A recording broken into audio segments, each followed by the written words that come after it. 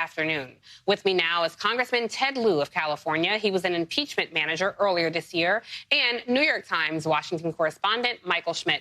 Congressman Lieu, I want to start with you. I want you to take a listen to Mark Meadows talking to Laura Ingraham on Fox News, and hear his comments. We'll talk about it on the other side. What are you accusing Rod Rosenstein of specifically? Well, really, for 9 months, we've asked for documents, and that's all we want are the documents. And what we found is not only have subpoenas been ignored, but information has been hidden. The efforts have been stonewalled.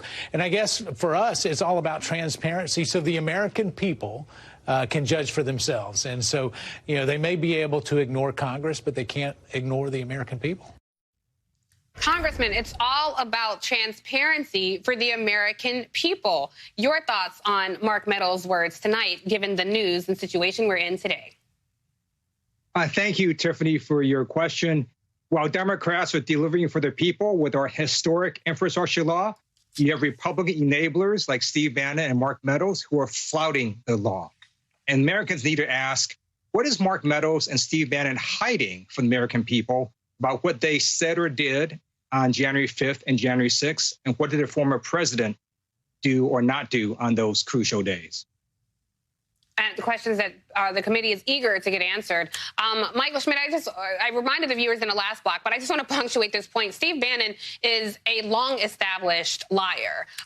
You remember his farce with the stealing funds from the Build the Wall fundraiser that they were doing. I want you to take a listen to Trump's call with the Georgia Secretary of State, Brad Raffensperger, asking him to essentially help cheat.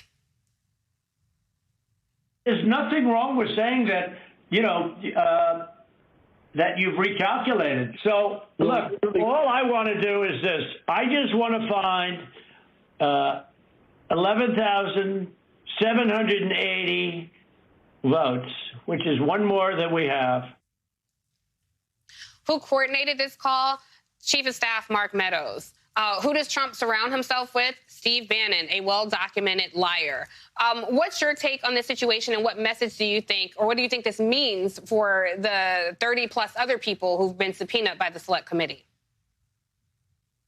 Well, I think that the impact of this we will be able to measure by how much other people are willing to come in.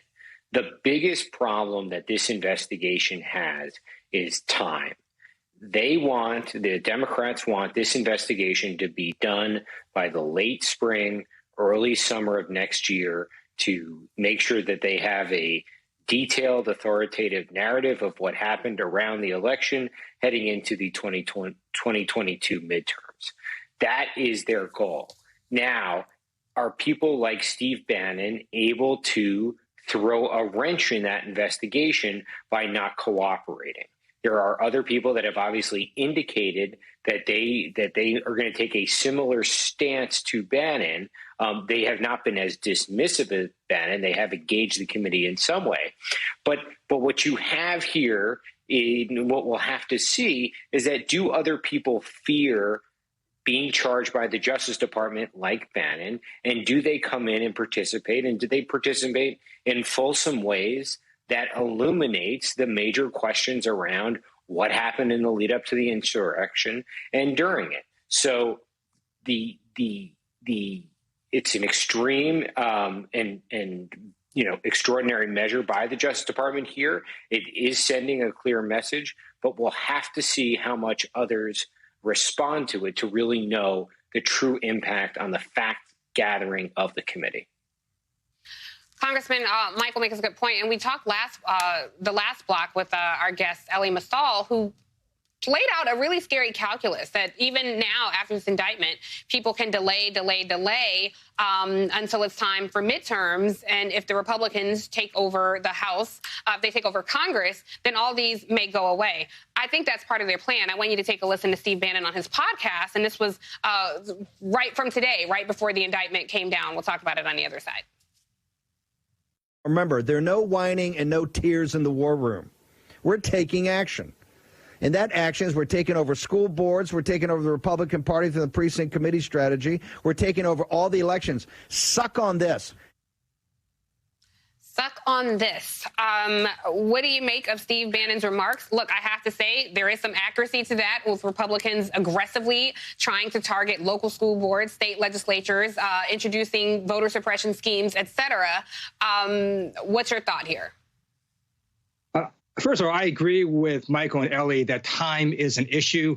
That is one reason I have introduced legislation to authorize the House to use our inherent contempt power. And that only requires a vote of the House to change our House rules. That would let us immediately use our power to enforce subpoenas against witnesses like Steve Bannon and Mark Meadows. Hopefully, the House will pass that if we don't get cooperation from other witnesses. And in terms of what Steve Bannon just said, I do note that in the elections that happened recently, some school board members lost, some won. It is by no means a Republican takeover. We do have people fighting back who simply disagree with some of the crazy things that school board candidates are saying. And I think it remains to be seen whether or not you can have conservatives take over school boards. It's really a much more local issue. And I think very few people in America want to see books banned at school libraries. Well, I have to tell you, Congressman, this is something that has been going on for a long time. Republicans have used the school board as a launching pad to find their way to Congress to introduce some of these draconian policies. I used to work in education for a while at the National Education Association, and this was a political arm of our operation. Really quickly, before I let you go, we're running out of time, but the DOJ has not charged anyone with contempt in 38 years. Just before I let you go, what significance do you think this has with the committee? I mean, it feels like the wind is at their back now. But again, there's a lot of legal maneuvering to happen to see full cooperation.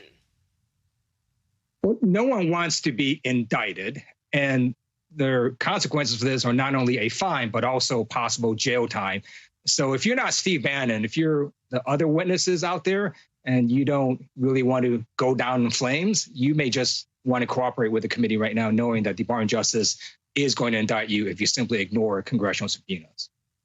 All right, we'll certainly keep our eye. Thank you so much, Congressman Ted Lieu and Michael Schmidt, for joining us on a very busy Friday evening. And up next on the